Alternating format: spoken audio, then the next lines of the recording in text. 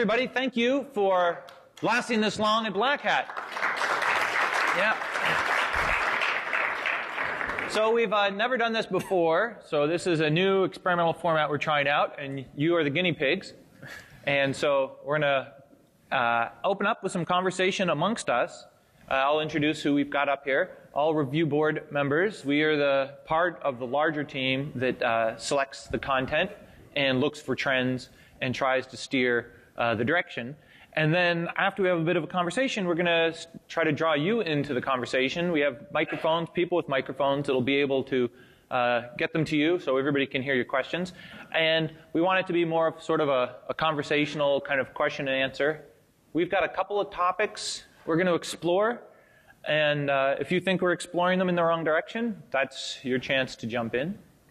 So I'm going to sort of act as a moderator and try to get the conversation going and inject some color. So all the way on my right, I've got Jamie Butler, and then we've got Stefano, we've got Vincenzo, and we've got the Beast. And so we've each kind of watched different talks at the conference, and so seeing the talks on the submission and seeing the talks in person, and then trying to create a narrative about what is the direction that we're all seeing in information security. You know, what are the trends, and what does it mean for us? So some of the talks are just refinements of past techniques, but we thought that they were interesting refinements.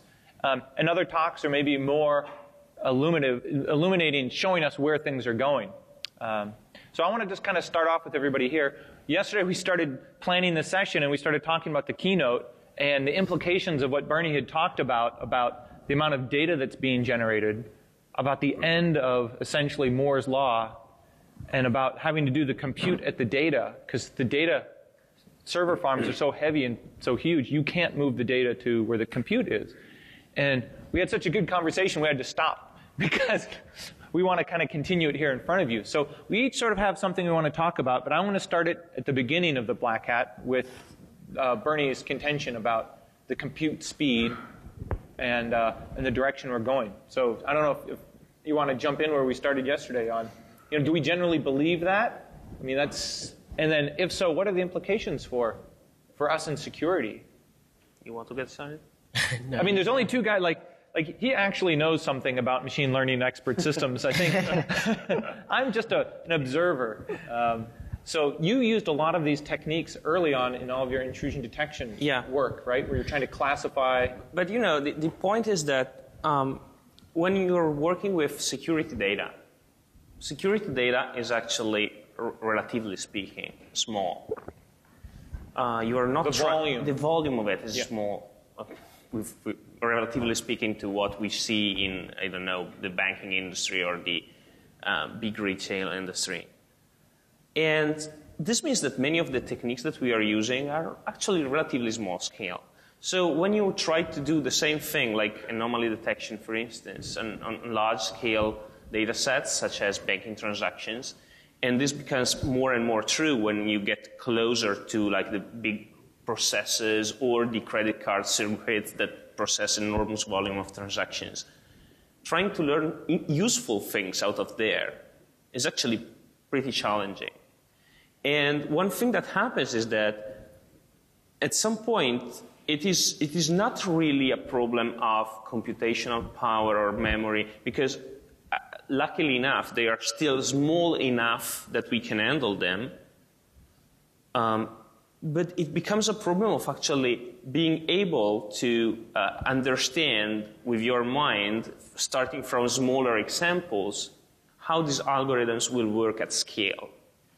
And the real sad truth to it is that if you are, like me, an academic that looks to the practical side of the world as opposed to the empyrean of the ideas, you pick up many papers, many scientific papers on algorithms, and then you try to apply them to the real world data, and they fade, crash, and burn miserably.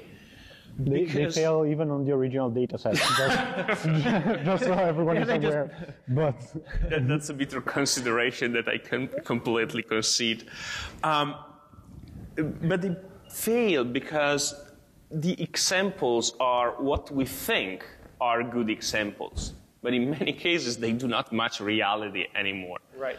So that's the challenge. So is that a competitive advantage then, though? If you're Google or Facebook and you have lots of data, the type of analytics you can perform, or you can do real-world data analytics, where a lot of other people don't have data. So I like to use the terminology that our common friend Don Brzezinski used to me when I was trying to push him to actually talk to the Black Hat crowds again about the stuff that he's doing at Amazon. And he said, well, you know, I could talk about what I have done at Amazon, but besides all of the implications, the usual corporate implication, there is one big implication. We are working with alien technology. It's technology that it's only useful to us. There's nobody else in the world that has the same problem. We are kind of a singularity, and we are solving problems that only we have and conceivably will have in the future. So this is the, who was saying, I think one of you guys was saying the problem with Google on some of their algorithms is they don't know what it's doing. Yeah, I mean, I think it's beyond the person, like you were saying, it can't be conceived of in one mind anymore. So the problems have now gotten so complex, you're almost taking it on faith. Yeah, I mean, I think also the point is not just about the specificity of the problem, is also about the fact that their solution will not work for anybody else because they don't have access to the same data and computational resources. And I think, I mean, apparently the nice thing about a lot of the machine learning algorithms that actually work is that at some point you don't know why. And that is a problem that, if you talk to anybody who's doing large scale machine learning at Google or even at hedge funds, that's what they will tell you. They will tell you that they don't know how to change things because they think that the current state works and they don't know whether the next iteration will work or not.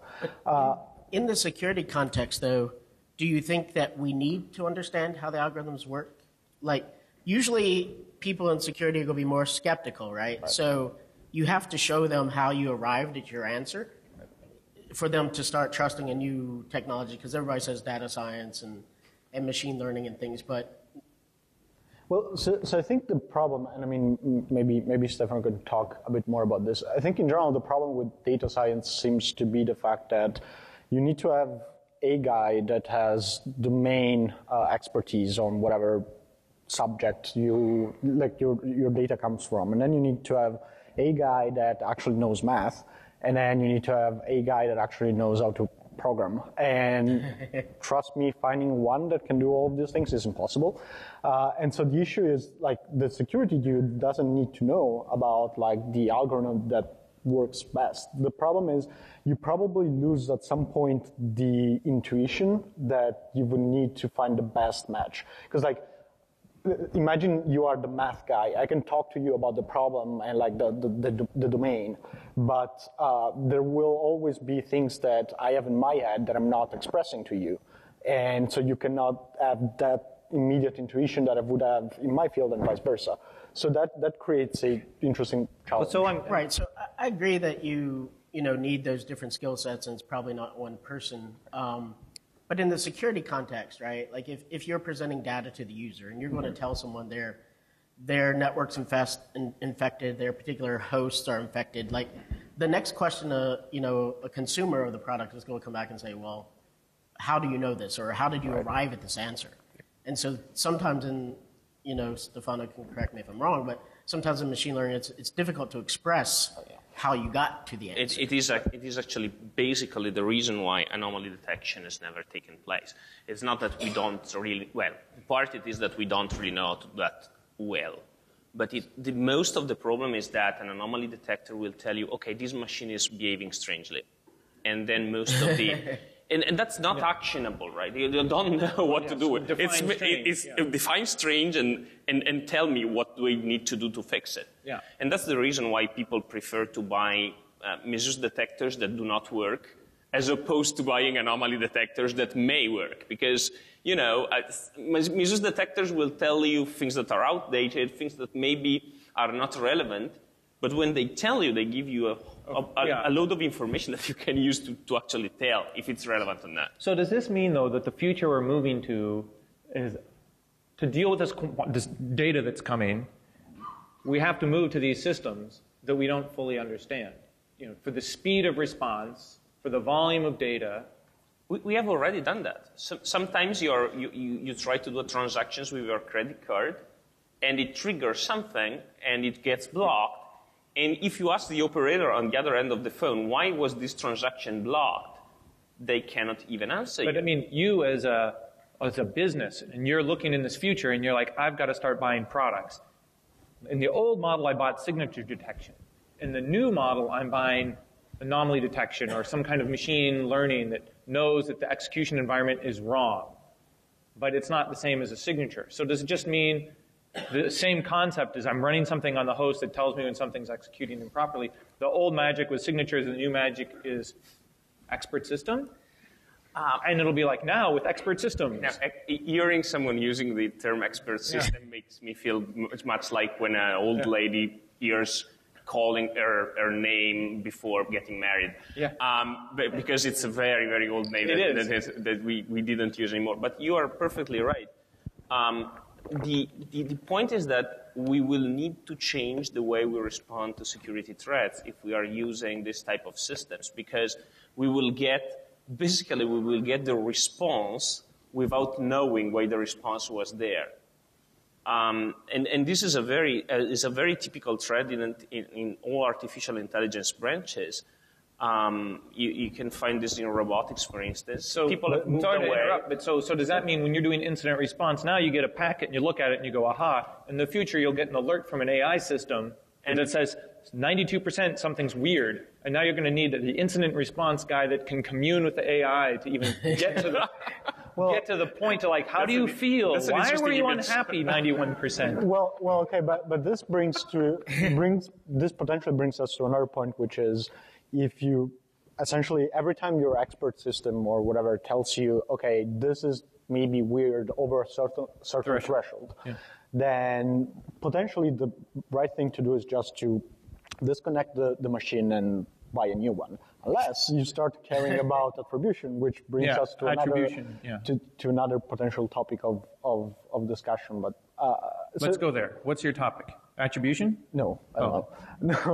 I think so. Another thing that we discussed yesterday at lunch was kind of like I think the implication between the fact that a lot of people are not learning anymore stuff about like low-level architectures and things like that. And I think a good that everything has become so abstracted, and it's a framework, and it's a meta framework, and it's and a good and I guess a good way to pivot from our previous topic to this one is that when you design systems like those, you will start to deal with multi-threading, multi-processing, Hadoop, and all sorts of like weird things. And the problem is, okay, actually, how many of you have written a memory corruption exploit in this room? Written? Yeah. Written a memory corruption exploit. Okay, so... Very few of you. All right, I don't believe that, really. But. Well, okay. Anyway, so as all the people that have written memory corruption exploits in this room know, when you start dealing with like multi-threaded applications, things become really, really weird. Now imagine that you need to do that at scale on whatever penetration testing engagement. How do you deal with that? And I think the question we got to yesterday was, will we get to a point where because nobody knows how to do that stuff, essentially nobody will be able to neither secure nor potentially attack that level of the infrastructure, so we will need to all deal with like web apps and stuff like that. And so this is if it costs too much money to learn how to attack those systems, the only people that will be the people with the right economic incentive. If any. Yeah. And so we were joking, though. Bernie was saying, like, how many people know exactly why the compiler spits out certain bytes, exactly knows how when it goes and gets put down on a silicon mesh, like why the gates end up getting arranged. And The number of people who can understand that is getting smaller and smaller, and the people who are running these frameworks is getting larger and larger. And so the joke is, do the people, who has more power in that world, the low-level guy or the high-level guy? So let's see a show of hands. Who would you rather be if you're trying to take over the world? The low-level guy or the framework guy? Low-level? Yeah, and the framework guy. Yeah.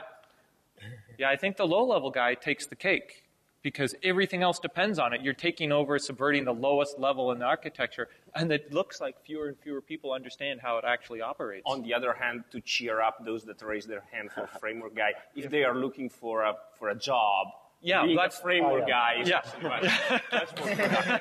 That's right. They'll be employed. They will be employed, not those guys the word necessarily, the but low-level guys will just be bitter, and sometimes that's what drives hacking. Right? Yeah, but that is a really interesting, and if you look at the proliferation of frameworks, the CPU still operates the same way it's operated since the day it was created. But since then, there's like 50,000 new frameworks. Yeah, and I mean, I joke a lot with a friend of mine, probably a lot of you know, Albert Flake, and we always talk about, like, because both of us have, I guess, interest in machine learning recently, and we talk about the necessity of having knowledge about like C++ and assembly. And what people tell you is that these days with Python you can do everything. The reality is that Python breaks very, very easily in terms of like ability to scale. And it scales and then it stops. Yeah, because I mean it wasn't designed for that purpose. But I think another issue is there, I think something we also touched on yesterday is when even like here or most conferences, what you see is that the people talking about kind of like lower level stuff, what they're doing is not to go deeper into kind of like a specific lower level problem. They just change the playing field. So in the past, you used to have talks about like browser exploitation, and then you went on to iOS exploitation. And now we're doing, I guess, cars. Next year we'll do fridges until like we'll get to a point where like essentially it's the same thing repurposed into a new green field. Yeah, which by the way, I mean, it has value in the sense that when you're dealing with like a different environment, you want to learn about the environment. And so if somebody did that kind of like learning part for you, it's well, yeah, it's like when people did Wi-Fi and then they wanted to learn about low power, so then they learned about Zigbee. So then Zigbee got beaten up, and then they move along, but they're not necessarily doing something brand new. They're just lateraling. Yeah, I mean, I guess it's breadth versus depth. And the issue, and I think this is also something that we were talking about in terms of education, like how do you educate people on the deeper level of things? First of all, does it make sense? And then what are the economics there? So it's... I think we had a question over here, this gentleman. Wait for the microphone. I was just wondering how it compares with, you're saying low level versus high level. I mean, how many people still compile or write in assembler? Or how many people are using toolkits now? So I don't agree that working at a low level is a better way of operating. Oh, we're not saying it's a better way of operating. We're saying it will give you more power, and ultimately all the security bugs, if you understand what's happening at the low level, you can exploit classes of vulnerabilities that people at higher levels will never even see. But do you really think that even though people don't know how to code in assembler, they don't know how to exploit maybe the boot sector on a disk drive, that stops them? Absolutely. Yeah. Absolutely. Like you can watch or like see some tutorial for a very, I don't know, standard way of exploiting a thing, but then to go from there to any level of novelty, like there's no way you can do that unless, like, and again, this does not imply that like you write assembly code all day. It just implies that unless you understand how the machine and architecture works, you're not going to be able to. Maybe use that example you were saying, the two students.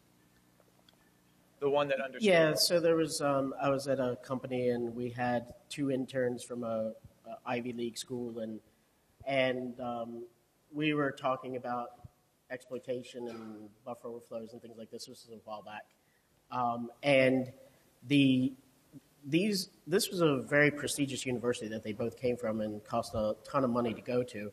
And the one, when we started writing out some hex bytes that would be the machine code for the exploit, and the computer science person, her training hadn't been in anything low level, so she didn't understand C, she didn't understand pointers, she didn't understand machine code. So she didn't quite get what we were doing, but the other woman that was an intern was a computer engineer by her degree, and of course she has to program VHDL and things like that, and so she understood So immediately. as soon as you started doing the hex bytes. Yeah, as soon as we started doing the hex, she understood like, this is going to be machine code, and she got it like right away. Yeah, and I mean, I think another point in that sense is that a lot of the new attacks you see are essentially either due to some major technological shift, either because like things drop in price, which could be the case for like baseband attacks, or is somebody that gains a deeper understanding of a specific, maybe, I don't know, CPU or problem. And then he finds a way to like take the next step towards the, I guess, attack path. And this was the case for, I mean, I guess recently the problem with DRAMs, but it was also like, it's almost always the case, even originally with like stack overflows or stack-based buffer overflows versus heap overflows. Like for a while, people thought that like heap overflows were not exploitable. And like if you don't understand how the underlying system works, you will probably keep thinking that. Now, am I saying that everyone should know how that stuff works? Absolutely not. Also because if you want but if you look at the trend, we're getting more of one and less of the other. Yeah. And that's not healthy, Because probably. our systems are more large scale, though, right? We couldn't deploy an Amazon cloud. Well, that's the thing, like is that, how, right? as professionals, how will we survive in this new world where, all right, I don't have an Amazon cloud, you don't have a Google instance or whatever, so how will we ever get, as individuals, this skill unless we go and work for a mega company and work on a big team? Well, that's actually kind of a separate problem, right? It's the problem of availability of the test system for people. So usually what happens is that even when you have interesting stuff, whatever it is, from automotive to aircraft to whatever else, whatever happens is that cool hacks, cool, interesting attack vectors begin to be developed when people who have the knack for attacks, so hackers, get their hands on some of these. Yeah. So, and in that sense, Well, I think one of the interesting things that drew me into kind of hacking was it's kind of you against the machine, and you can play along at home and affect major systems. And so it's a game. It's intriguing, right? But like you were saying, and Jeff, we are talking of things that the statute of limitations has Statute of limitations. hopefully it's taken away, right? So I just wanted to. we're not going to go into the definition of hacker. Okay? But I think, Jeff, you were saying, you don't have access to these large-scale systems and things like that. You can't possibly emulate the environment. Yeah, or if I attack the system, I don't get the logs, so I can't see what my results are. Yeah. I can run an instance on Amazon, but I don't know what's happening in the back end. Right. And this is for instance the case now with the developments in automotive, with people actually developing toolkits to play with automotive devices. Yeah. And for instance, it's not the same case with aircraft. Yeah. Because basically, Who an can aircraft. play with, There's a few cool people actually at Airbus and Boeing playing with those, but it's obviously not in general availability. So unless you go to work for EADS or for one of its contractors, or for Boeing or one of its contractors, you will just not do that. And so that's an interesting thing. Who here, by show of hands, who here is self-taught? You got interested, you found stuff online. Who here thought that this was going to be like a career and you pursued it intentionally? And then there's just a whole bunch of people here because they just showed up at the room. There's the sleeping part. Yeah. Because this is around, spread around. So I would say in the early days, a lot of it was self-directed, but now there's economic demand, right? right? And Yeah. so now they're trying to create career paths. It's very, very difficult. And you being an academic, right? You're one of the gateways. Right? But it's difficult. It's actually, so one of the most difficult questions that I still get asked, well, there's two. There's one that I get asked from students and one that I get asked from my colleagues. The one that I get asked from students is, how do I get into info security? I want to be a penetration tester. I want to be an info security professional. What courses should I take? Yeah. What should I do? What classes? What books? And it's an amazingly difficult question to answer. Yeah, every other field, there's a path. Yeah, because we were self-taught. And we have not yet built, I feel, like a path for people that want to enter. And the other thing is what I get asked from my colleagues, which is one of these two alternate forms. It's how do you teach people whatever is it that your subject is about? Yeah. And the other form is, why do you teach people to break software? Why should you teach that? Right. And the one is like the legitimacy of the field. Yeah, and the other is, how do you teach that? And actually, if I think about it, I cannot really figure out a way to teach people how to break new things. So is this the nurture versus nature debate, right? Either you think like a hacker, or we can train you to think like a hacker. That's precisely what I'm saying. Yeah. And the problem is that, at least for me, I can think of ways to train people to write a buffer overflow, but I'm not so sure that by training them to write buffer overflows, heap overflows, and heap spraying, there will be among them the next Vincenzo, Yozzo, or Beast that will develop the next thing. Right. The one that I cannot teach them yet. Right, but isn't the Occam razor here the fact that essentially you teach people how computer works? Like, you go study computer engineering or science, and then depending on your inclination, you will either become a software engineer or an hacker or whatever else. Like, do we really think we're that special that we need? Well, so that's why I want to bring Beast in the conversation. Beast is very active in Korea with the Best of the Best program, where the government seeks out and has a whole program, a 9-month program, to try to train people to be essentially hackers. Yeah. So why don't you? So what have you learned? You've been doing it for a couple of years. You know, do you build hackers, or you take an innate skill and then build on what they already have? So, I mean, there's no certain way to make people skilled hackers. I mean, if somebody knows that, I mean, they could have really good power.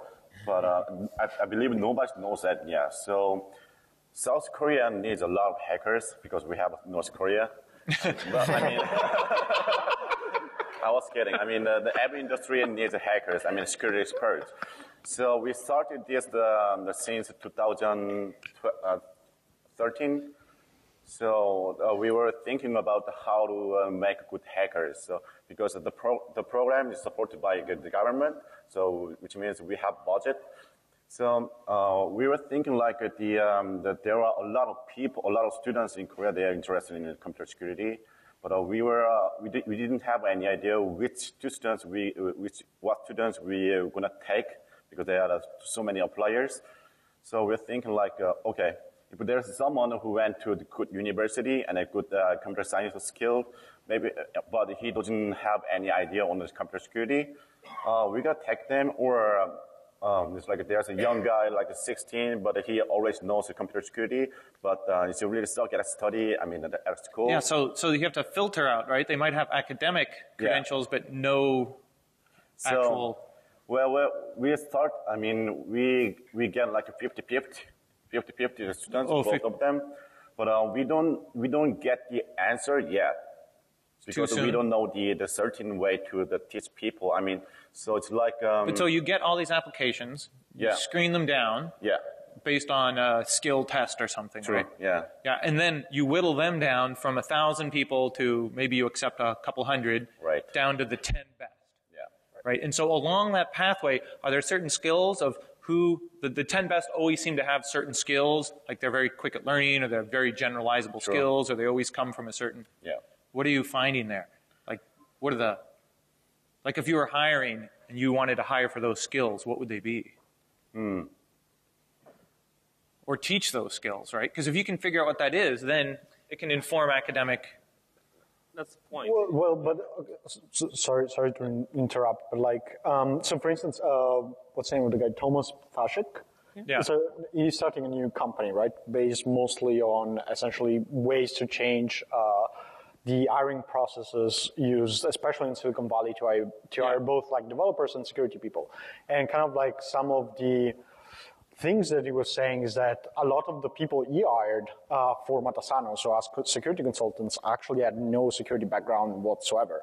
One of them, this Alex guy, nobody knows who he is, but he was doing like DBA management somewhere. And then he started to do the challenges that like Matasano has, and then he got a job. So for those who don't know, so Matasano, Thomas Chazek, he's into cryptography. So he started, I think it's about 23 or 30 steps, and he started with a very general, simple puzzle. And anybody can do this online. You can go there, there are these challenges, anybody can participate in. But when you do the first step, it's very small and you understand it. And you might do the second step, and then a week later you might do the third step. And then you might get to the fifth step, and you don't realize, but over the first 4 steps, you were learning something new, and you have to put it all together to solve the fifth step. But by doing them in small bite-sized pieces, you don't realize you're building the foundation for the next skill. And it turns out that is a really powerful way to teach people. That's why I recommend people playing on CTF, capture the flag. Yeah. And I mean, so I think another example is, was it for Syscan? So I think, Alvar, was it for Syscan the plane ticket for whatever woman was able to resolve the... Okay, and she was doing something else before, right? Okay.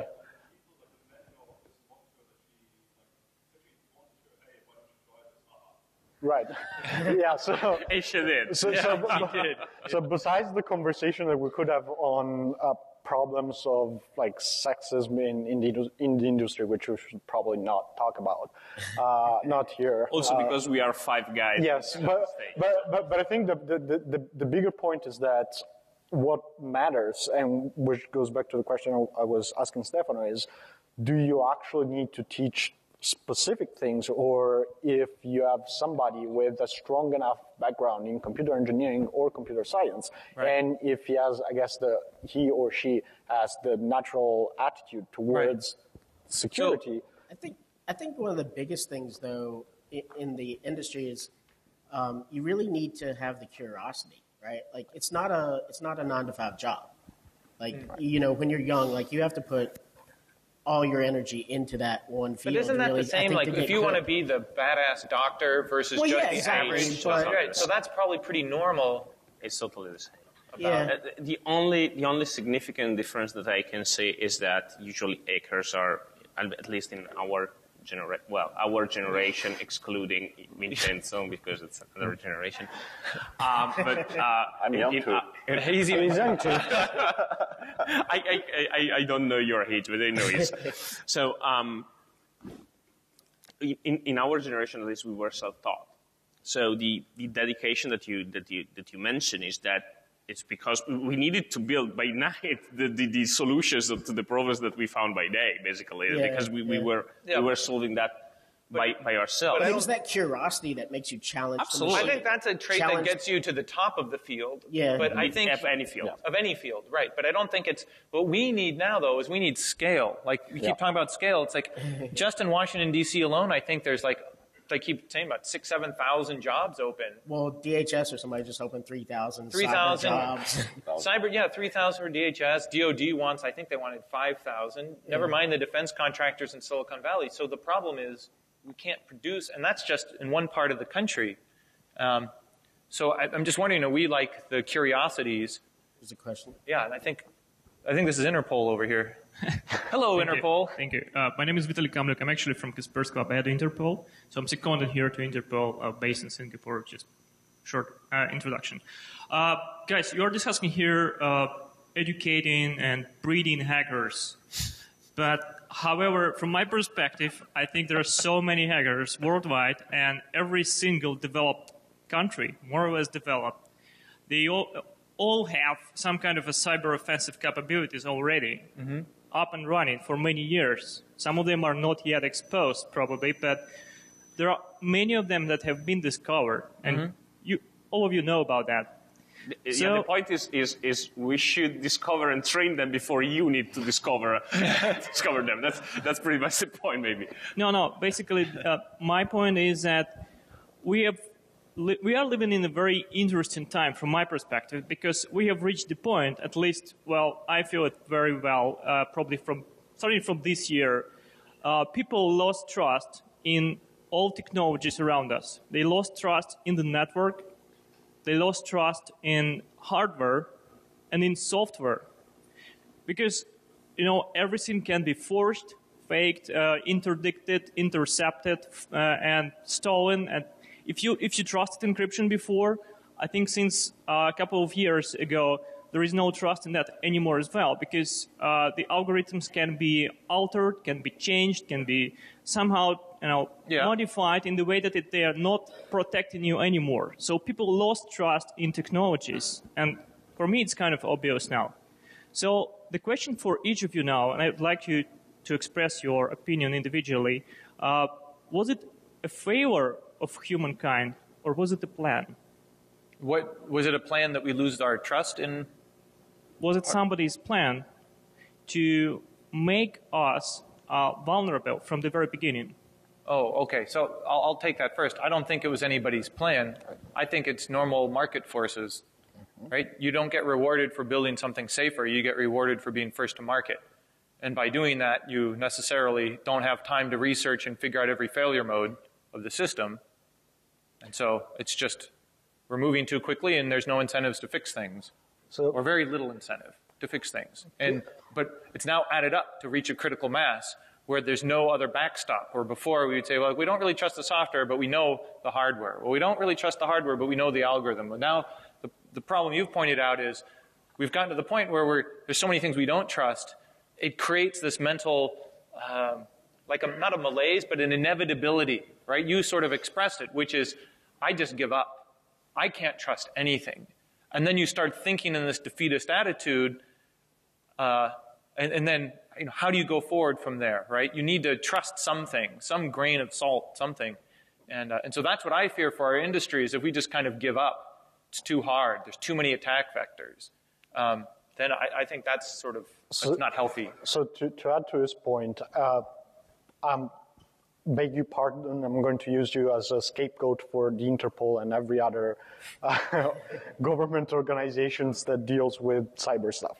Now, to what Jeff was saying, maybe this is changing today because people are not trusting technology anymore, but for the longest time, there was no interest in securing stuff. So if anything, the people that were supposed to raise a red flag and say, hey, maybe we should think twice before allowing these companies to deploy software this way and so on and so forth, should have been governments or Interpol or Europol or whoever you want to Somebody should have said this is risky. Yeah, and it should have been the public sector, not the private sector, because the private sector had no incentive.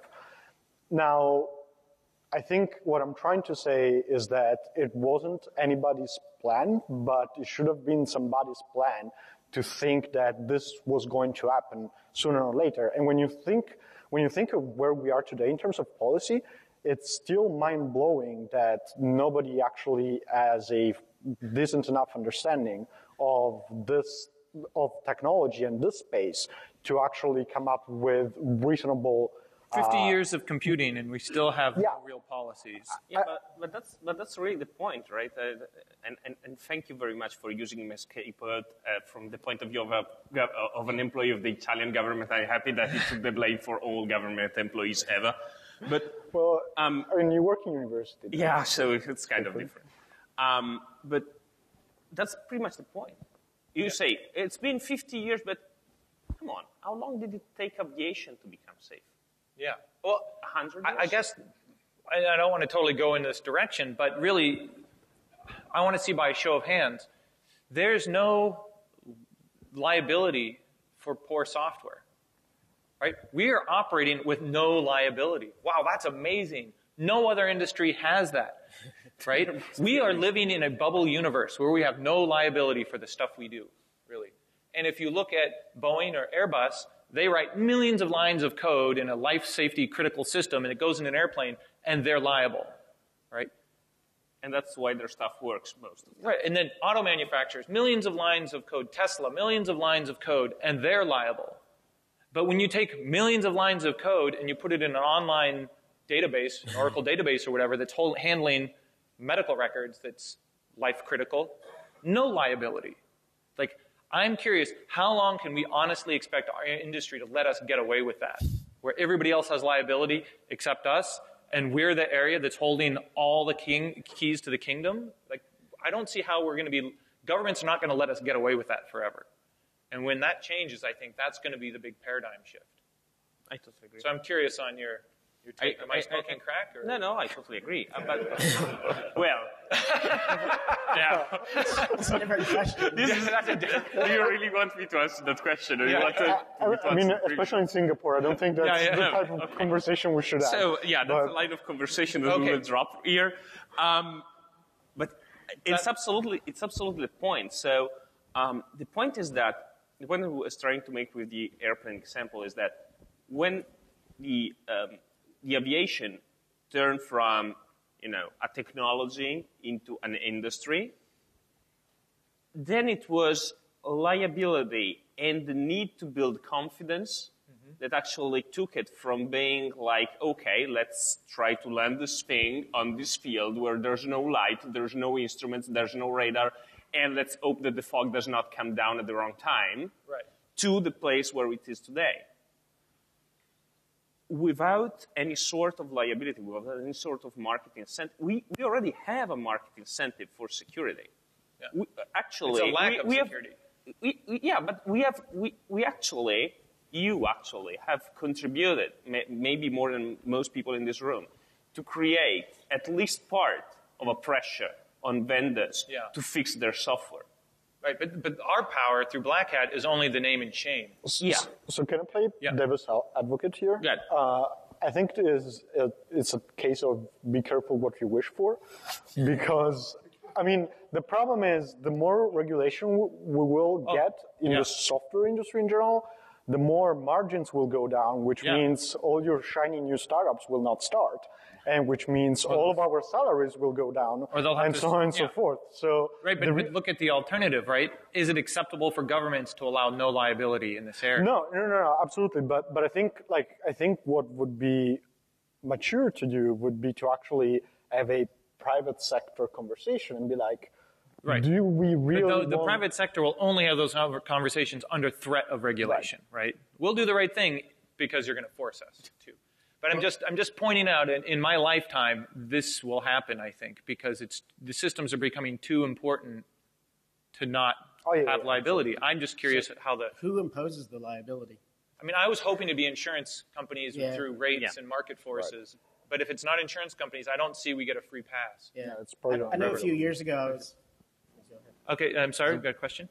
Hello, I really like the comparison of the airplane industry moving from a technology to an industry. And I think the same is currently happening if it comes to security, maybe software security or network security. So I had the chance last year to have a private talk with Melissa Hathaway. I think she should be well known. Melissa Hathaway? Yes. And she was also elaborating that in the US they are starting campaigns right now that companies, if they have a security breach, will made hold liable for that breach. And right now also insurance companies are stepping onto the horse and looking how to protect small companies about all these issues. So I think we are currently also in the shift of moving from a technology to a more bigger industry. Yeah, I think in the United States, I don't know, I'd be interested in hearing what other countries are doing. In the United States, last I checked, there were 63 insurance companies that were offering cyber insurance. I'm sure the number's greater. And the interesting thing is when I talk, like Zurich Insurance is a big player in this area, Liberty Mutual, Aon, is they've moved now from the checklist, you report on yourself and tell us how many systems you have and how they're deployed, and we look at that and we give you an insurance quote, to now they'll deploy their own on-site or remote red team testing, and they'll validate for themselves what you tell them.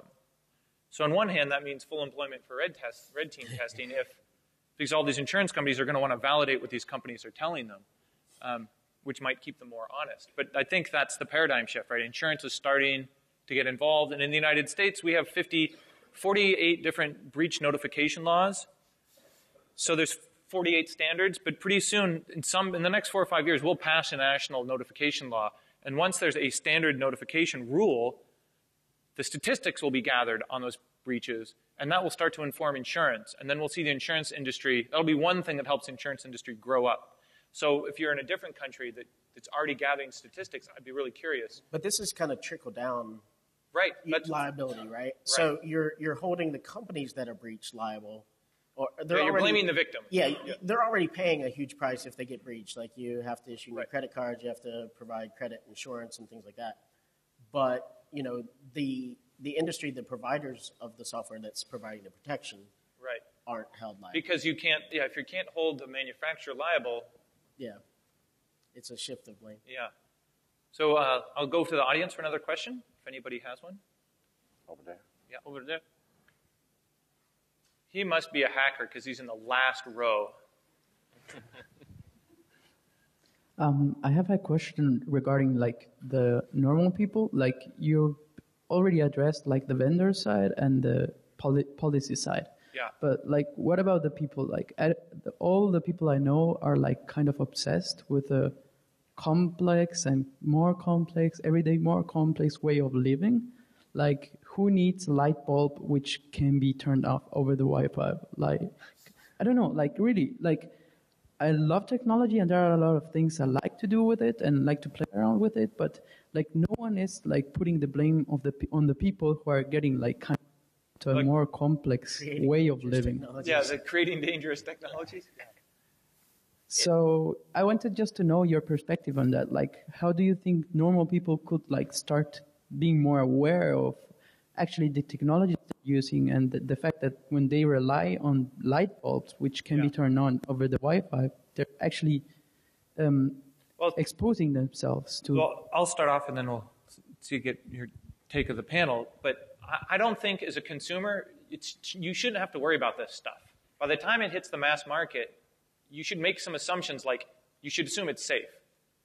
You don't have to be a computer security expert to screw in the light bulb, right? Like my mom should not have to be a computer security expert to browse online, but she kind of has to be in today's world. She doesn't have to be an automotive expert to drive her car. The safety systems just work. But in our field, we still sort of blame the victim a little bit. Like, oh, you shouldn't have bought that network connected house smoke detector. Ha ha ha, you idiot. It's like, but wait a minute, it was on the shelf. I bought it, I plugged it in. Isn't it going to do what it said it should do? And it's like, But go ahead. So I think, a bigger problem is not from a security perspective, it's from a privacy perspective, which brings us to a slightly different problem. Because like, if people start to die because of like computer security problems, those will be fixed and they will go away. Most likely. With massive regulation and overreaction. Yes. But the bigger problem is all the privacy aspect of all of that. Because realistically, you as a consumer don't want to deal with the privacy implication of things. Because you have better things to do with your life.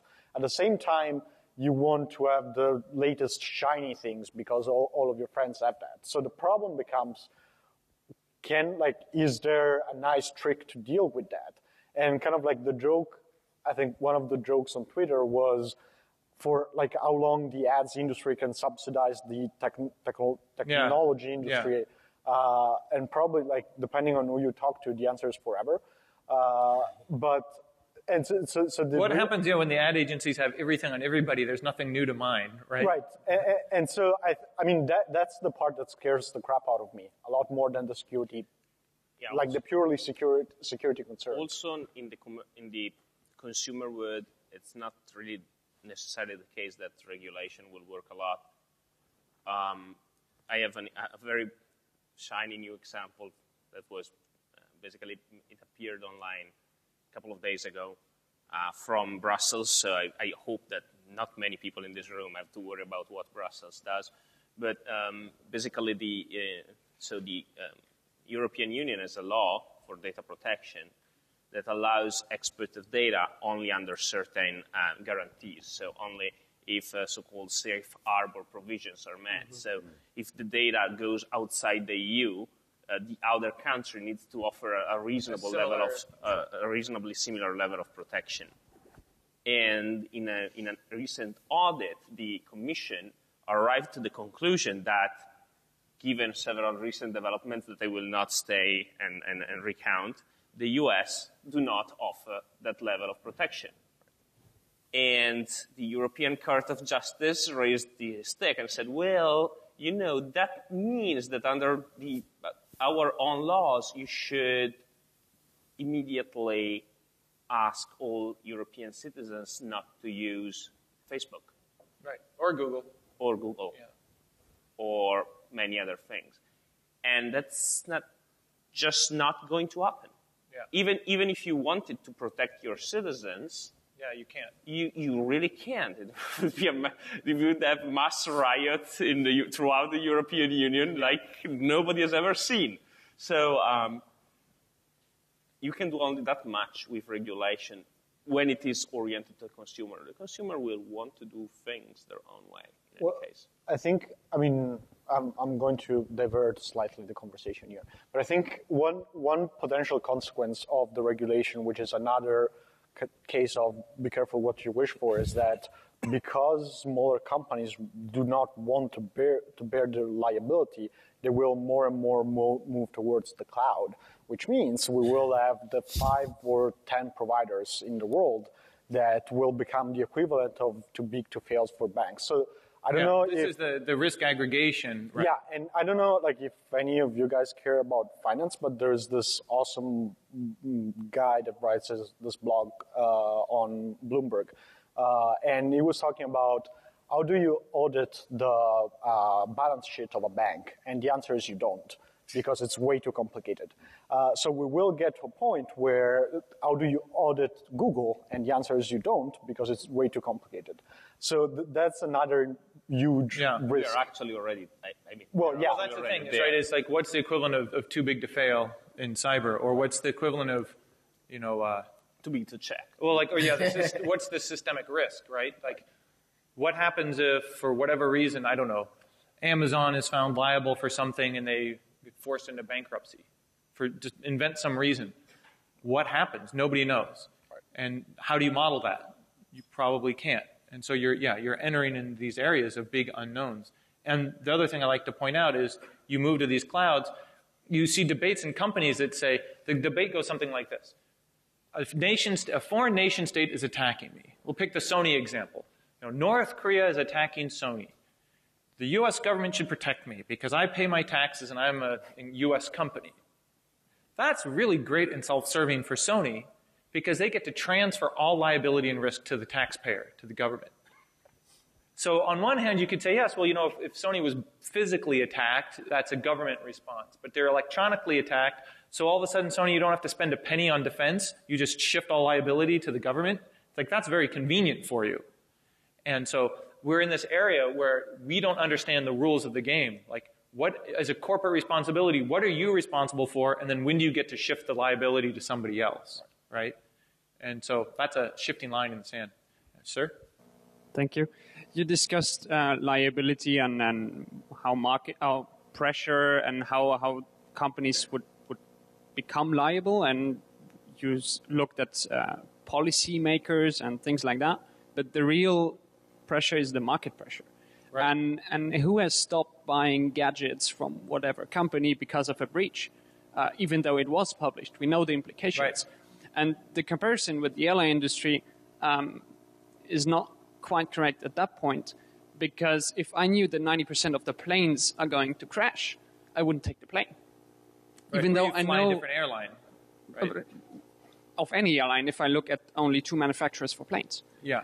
And if though we acknowledge today, it's not a question if I'm going to be hacked, but when, then I consider that I'm going to crash at some point. And that's apparently there's acceptable. degrees of crashing. Yeah, but apparently that's acceptable. Yeah. But I'd like to come back to the point of trust in technology. And I think it's where I would like to ask the question, if it's not only the technologies that we know and the policies that we push, but also those institutions that stay out of policy, for example, law enforcement or secret agencies that undermine the trust that we have in technology. Because even though we will have market pressure saying, I want to have secure products, and even though there will be policies saying you have to disclose it and there will be punishments, there are some entities staying outside and maybe driving weaknesses in algorithms, as you pointed it out, that will go unpunished because they're out of policy. What do you think about that? Yeah. So I think the marketplace will punish companies that are too complicit with these forces. For now.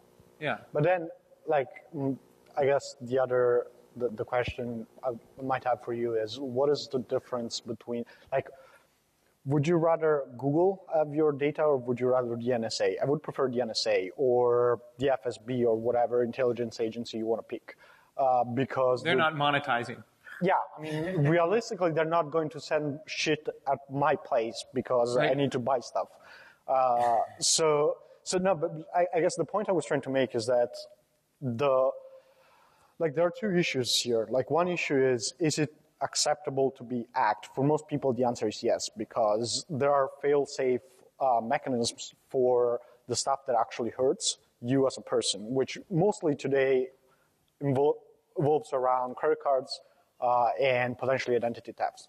And there are credit cards companies are essentially absorbing the bad externality of potential fraud on credit cards. And distributing it across all participants. Yeah. And there are companies that are trying to deal with identity thefts. So I think the issue is that there's not going to be a market force on the consumer side, at least not on the security issues. I think a big problem, and a problem that I would love to see solved, is there a way to shift the market dynamics so that we do not rely on company to collect data on people? Because then, if we can do that, at that point, the real problem, at that point, we can easily go to the NSA and be like, okay, you should really stop collecting because now it's just you. While as of today is every intelligence agency plus my 4 friends plus a lot of companies. I think that is a way bigger issue and an issue that it's a lot harder to solve because that actually involves market forces, which is not an answer to what you were asking, but it's a problem that I would like to see solved. So we only have 1 or 2 minutes left. So I just want to ask. Okay, we'll take one last question and then we'll. Okay, thank you so much. Yeah. We just now discussed about there are fewer people now who are actually doing that low-level stuff compared to the higher-level stuff. So from my level, what I see is that there is tremendous amount of change in this security space because the technology is evolving very fast. So one morning I wake up, all of a sudden I have to look at the 10-year-old SSL implemented code, open SSL codes and all. And maybe next day, let's say I'm a security researcher and my company thinks that there is huge amount of potential in big data for security guys. So all of a sudden I have an assignment to work on, let's say, data analytics. So what I think is that maybe, let's say I'm someone who is into security for last 4 years. So I might not have a good understanding of how things were, let's say, 10 years back. Right. So what would be your take on it? I mean, how can we bridge that gap? How can we make sure that there is a uniformity between people who have just now entered into security, let's say just 5 years from 2006 or 7, and about things that might have been affecting us, say, for far back times? I mean, that's an education and awareness issue, right? So how do you make the current generation be aware of the prior work so they're not repeating it, essentially? That's I feel that there is a gap between things. Today, the things have changed a lot, so we are dealing with a lot more different technologies. Right. What we could have done, let's say, 10 right?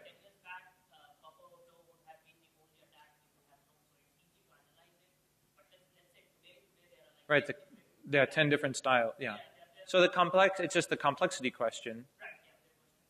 Right, so, and that goes back to the generalist versus the specialist. And at one point, I think Dan Gear at the Black Hat USA had a really good point where he thinks when he retires, he'll be sort of second to last generation of generalists that kind of understands how everything works. But nowadays, to get ahead in your career, you have to be a specialist. And you don't get the leeway to be quite as much of a generalist. And so what happens when you have a whole bunch of specialists at building systems and no generalists to tell them how it all plays together? You know? That's a very serious challenge for security, because security is holistic, right? Security is systems. It's looking at the whole system and trying to figure out how to break it when it's all put together. And this is actually not. It's not a new question. It's something that, I mean, when you build an airplane, it's not like there's anybody who knows everything, every single detail. But there are people who can generalize the abstract, the single pieces and put together the whole airplane. And we need to be able to to retain. That's one of the few things that I might disagree with Dan Gear on, is that we need to fight to retain the general point of view. And at the same time, have a lot of specialists that look at the specific issue, because those will be very complicated. But we still need to have people that are able to, encompass different specialties.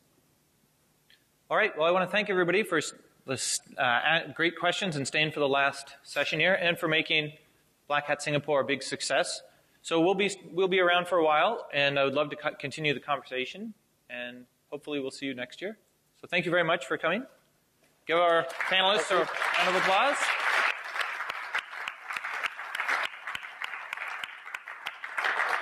That's it.